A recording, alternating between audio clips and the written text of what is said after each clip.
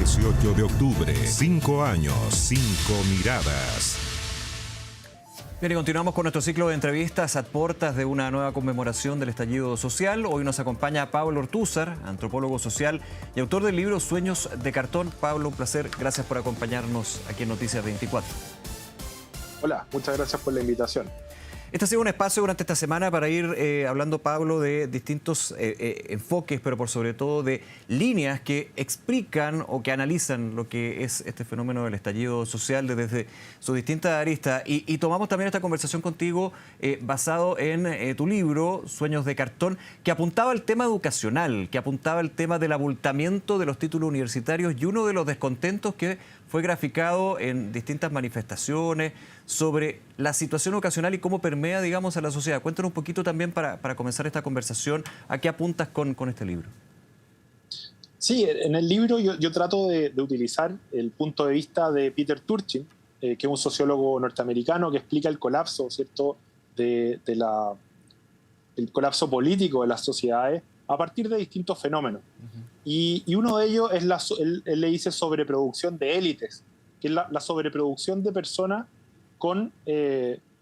que tienen, ¿cierto?, que cumple con los requisitos para aspirar a cargos de élite, a cargos de ingresos, de prestigio, etcétera, etcétera. Él, al mismo tiempo que la cantidad de esos cargos se va reduciendo, ¿cierto? Entonces él le dice a esto sobreproducción de élite, lo compara con el tema de la sillita musical y dice que es un factor de destrucción o de descomposición del orden social. Junto con ello, él habla de la enmiseración, que es un fenómeno paralelo en el cual las personas que digamos que no pertenecen a ese contexto de élite ven que su vida se va volviendo cada vez más miserable. Que no significa que se vuelvan miserables en un sentido material, de los recursos, pobres. Claro, también está el tema de recursos, pero también, una vida que se siente frustrada, limitada, una frustración permanente y la sensación de que no hay salida, lo que los americanos le dicen la carrera de ratones. Y él combina ambas cosas, dice, en la medida en que la guerra entre las élites se va volviendo más y más intensa y agresiva, estas élites comienzan a saltarse las reglas y también a demandar cada vez más recursos. Al tiempo que la sensación de miseria, y de enojo, y de rabia y frustración va aumentando. Entonces, y dentro de este contexto, el tema de los títulos de educación superior juega un rol, justamente porque obviamente mientras más titulados hay, más personas hay interesadas o que reúnen, ¿cierto?, los requisitos nominales al menos para pertenecer a las élites, pero al mismo tiempo en un país que lleva estancado económicamente 10 años, esas posiciones se han ido reduciendo, no aumentando. Claro, tú lo mencionas en términos de que no se condice o no se logra llenar, digamos, con los puestos o la creación de puestos de trabajo desde el punto de vista de la economía, pero que finalmente termina en lo idiosincrático y también en lo social. Claro, o sea, porque hay que pensar la cantidad de titulados que hay hoy día, no solo en las universidades masivas, sino en las universidades de élite, y que son personas que esperan, que tienen la expectativa, ¿cierto?, de alto sueldo y de alto prestigio social, en una economía y una sociedad que no provee esa promesa. Y al mismo tiempo tenemos las universidades masivas que han estado vendiendo también títulos a través gracias al CAE y la gratuidad, con una masificación, ¿cierto?, del acceso a estos títulos, donde por primera vez en mucho tiempo comenzamos a ver ya en la gráfica, muchas personas acceden a la educación superior y vuelven al mismo quintil del que salieron. En el fondo, se va dejando de ser la herramienta de movilidad social que se esperaba antes, que además antes era una herramienta de movilidad social muy radical. O sea, si yo salía del Instituto Nacional y lograba entrar a la Chile o a la Católica, iba a llegar, me iba a insertar en una clase social muy por encima de la cual habían crecido mis padres. Eso hoy día comienza a acabarse. Pablo, en esa lógica te hago la pregunta, ¿se transforma finalmente la educación en un bien de consumo como tantas veces se ha discutido en Chile? Claro, lo que pasa es que ¿qué sería un bien de consumo? Eso es lo raro de la frase, ¿cierto? Pero en el fondo, claro, la gente que accede a la educación superior lo que espera en general es un título que te permita insertarte en una posición social por encima de la cual uno nació, digamos. Sí. O asegurar el acceso a ciertos bienes y ciertos recursos. Y hoy día la seguridad que esos títulos proveen es cada vez menor, tanto para las clases medias que van accediendo a los títulos, como para segmentos de las clases altas, cuyo conflicto por digamos, apropiarse de recursos y de posiciones de prestigio es cada vez más álgida.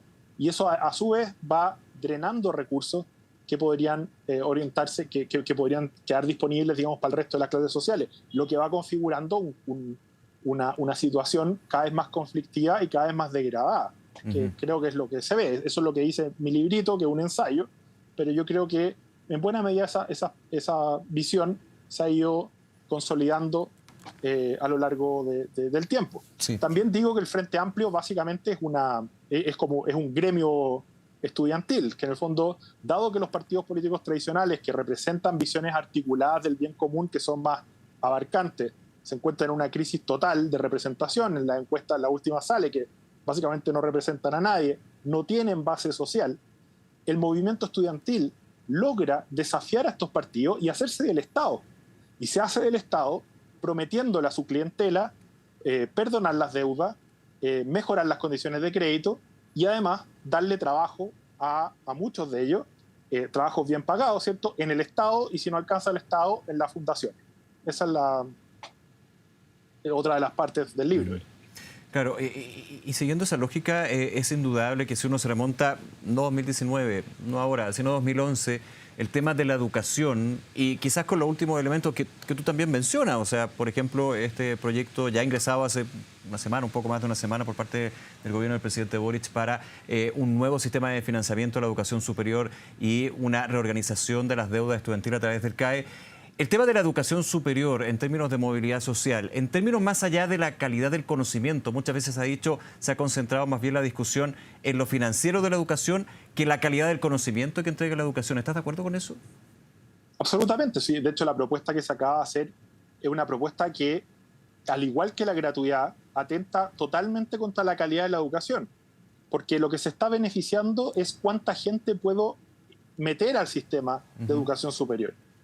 No la calidad de lo que ellos van a recibir ahí. Eso no le interesa al Frente Amplio, nunca le ha interesado, sino que es la cantidad de personas que son potenciales votantes futuros que yo puedo ingresar al sistema universitario y, entre comillas, beneficiar y que el día de mañana van a ser votantes leales. Ahora, pero uno pensaría Amplio. En ese sentido, Pablo, de que se debería ver estos dos elementos. Es mucho más complejo, no lo quiero simplificar a priori, digamos, pero en términos de quiénes, más que quiénes, que puedan acceder a la educación superior, a la educación, pero a una buena educación. Claro, debería ser un complemento, debería ser por carriles quizás algo separados, pero llegando al mismo norte. No se puede eliminar uno por otro, digamos. Obviamente, pero eso requiere es más lento. Ya. Y además es más complicado porque, por ejemplo, todas las investigaciones que hay sobre analfabetismo funcional muestran que un 80% de los egresados de educación media en Chile no entiende bien lo que lee ni maneja aritmética básica. Entonces, si uno quisiera en verdad entregar educación de calidad, ofrecerle eso a los chilenos, no se puede saltar ni la etapa escolar ni la educación media. Sí. Sin embargo, la saltamos olímpicamente y lo que estamos ofreciendo son títulos universitarios o de educación superior, porque son muy apetecidos. Pero el tema es que son títulos vacíos en la medida en que la calidad vaya, o sea, que pueden terminar vaciados por completo de significado, como hoy día el título de cuarto medio. Hoy día el título de cuarto medio hubo una época en que significaba algo, hoy día no significa nada. Y puede pasar lo mismo, esa banalización de los títulos universitarios, habiendo invertido millones y millones de dólares en políticas que no conducían finalmente a nada muy positivo. Pablo, ¿cómo se enmarca esto que estamos conversando sobre educación superior, pero que estoy de acuerdo contigo, hay que marcarla en todos los niveles de la educación de los chilenos y las chilenas? ¿Cómo se enmarca en lo que es el estallido social? Bueno, está registrado, ¿cierto?, que por un lado la dirigencia que logra capitalizar más del estallido es la dirigencia universitaria, que termina en la presidencia, de hecho, ¿cierto? pero además que muchos de los actores del estallido son efectivamente estudiantes de educación superior, frustrados muchas veces por por las bajas expectativas que tienen, y frustrados muchas veces también por los bajos retornos que ya percibieron. En el fondo, la tesis es que aquí la desilusión con el desarrollo de Chile y con el curso de nuestra modernización es particularmente aguda en las personas que vieron decepcionados sus sueños y también que pensaron que habiendo cumplido con todos los requisitos que el sistema supuestamente exigía para el éxito y para llegar a, digamos, conquistar una meseta tranquila donde ya no se viviera angustiado por razones económicas, finalmente llegan a un lugar que, si bien no es terrible, digamos, no es el peor, pues los economistas siempre destacan que todavía hay retornos económicos positivos respecto al título, etcétera, etcétera. No es lo que esperaban, no es la promesa, y en el fondo es como, ya, ¿cuál es qué sigue a eso? O sea, si ya cumplí con todos los requisitos y tengo el título y no conquisto lo que yo esperaba, bueno, ¿qué es lo que viene después? Claro, porque... Entonces yo creo que esa frustración es uno de los elementos importantes del estallido social, y también es una de las causas que explica que haya sido la élite política universitaria la que termina haciéndose cargo del país y ganando la presidencia. Una frustración, Pablo, a ver si estás de acuerdo con esto, que también es parte de la historia moderna de nuestro país. ¿En qué sentido? Cuando hace años se levantaba como algo muy positivo, como no, que habían jóvenes de primera generación en sus familias que llegaban a la educación superior. Jóvenes que de primera generación en sus familias obtenían un título universitario. También podríamos hablar lo técnico, digamos. Claro. Esto de alguna manera llega, y te hago la pregunta, en nuestra sociedad y en el análisis, a un tope en que ya no basta con ser de la primera generación o la segunda generación que llega a la educación superior. Hay que ir más allá y no se está llegando más allá. Lo que pasa es que, por eso hago el paralelo con la inflación monetaria, porque, por ejemplo, si yo te digo que desde mañana el sueldo mínimo en Chile van a ser, pongámosle por imaginarnos, usar un sueldo universitario de una universidad normal, 17 millones de pesos. Es una broma. Pero no, yo lo entiendo. Entonces, son 17 millones de pesos cada persona. Uno pensaría, buenísimo, voy a ser millonario. Pero si el Estado se pone a imprimir billetes y nos pasa a cada persona, pone un sueldo mínimo de 17 millones, con ese dinero simplemente se va a devaluar. Y lo que vamos a poder comprar va a ser lo mismo o menos de lo que hoy día podemos comprar con el sueldo mínimo. Esa es la realidad, porque la escasez objetiva no se ha visto modificada. Lo único que hay es más dinero dando vueltas, ¿no? Y aquí pasa algo parecido, porque la pregunta es ¿qué refleja el título? Si el título refleja ciertas capacidades y habilidades que efectivamente son adquiridas y que efectivamente son requeridas por el mercado, esa persona va a encontrar un trabajo y le va a ir bien, en teoría. Pero si es que el título no refleja realmente esos conocimientos, o sea, si es un título como cuarto medio, si el título de cuarto medio hoy día no refleja que yo sé leer y escribir, entiendo lo que leo, ¿qué refleja? Nada. Puede pasar lo mismo con los universitarios, y además en una economía estancada que no está absorbiendo mucha mano de obra, y donde las capacidades técnicas, por ejemplo, son muy subvaloradas respecto a la educación universitaria. O sea, el conjunto en el que estamos de fenómenos en que estamos metidos, digamos, es poco auspicioso para el mercado de los títulos universitarios. Esa es la verdad. En ese punto... O títulos de educación superior. De títulos de educación superior, y ahí te hago también el punto. ¿Cuál es la responsabilidad en ese análisis, en esa consecuencia final que termina en frustración? Por otros conceptos los podemos ampliar, de los establecimientos de educación superior, de las universidades, de los centros de formación técnica también, pero principalmente los que entregan esos títulos, los que generan conocimiento, los que forman, pero finalmente llegan a este punto donde no se avanza más, digamos, o no se puede avanzar más. Sí, yo no quiero satanizar ninguna institución, tampoco hacer una distinción tan fuerte entre privadas y estatales, porque hay universidades estatales y privadas masivas y poco selectiva, así como hay universidades estatales y privadas selectivas y de excelencia. Yeah. Y además el CAE, por ejemplo, se propone en una época de mucha bonanza. Todo iba hacia arriba en ese momento. Y por lo tanto se supone que la economía chilena iba a ser capaz de absorber a esas personas, a esos profesionales, y también que en el fondo las expectativas de ellos iban a verse cumplidas. Entonces el escenario en que estamos metidos ahora no es el original, no se imaginó una situación como esta. Y lo otro que pasó es que la clase universitaria, debido a la masificación, se volvió autónoma y se volvió muy, muy poderosa. Si nos ponemos ese anteojo, que yo creo que es un anteojo que vale la pena ponerse para observar lo que ha pasado, el primer gobierno de Piñera fue derribado y destruido, digamos, en su legitimidad y en su capacidad de controlar la agenda por el movimiento universitario.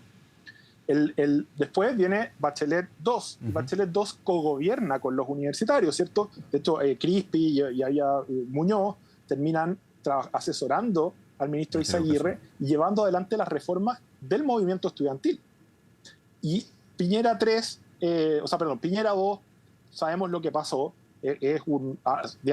ahí hay el estallido, no es que lo hicieran los estudiantes, pero el único grupo capaz de capitalizar y beneficiarse de esa crisis gigantesca es el movimiento estudiantil que lleva a su líder, a Gabriel Boric, a la presidencia de la República.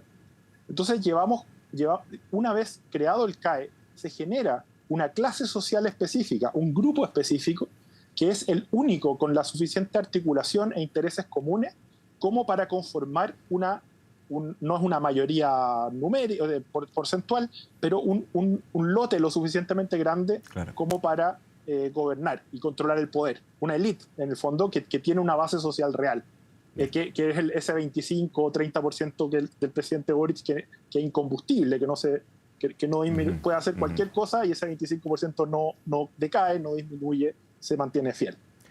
Pablo Ortúzar, nuevamente agradecerte tu tiempo y poder conversar con nosotros aquí en Canal 24 Horas. Que esté muy bien.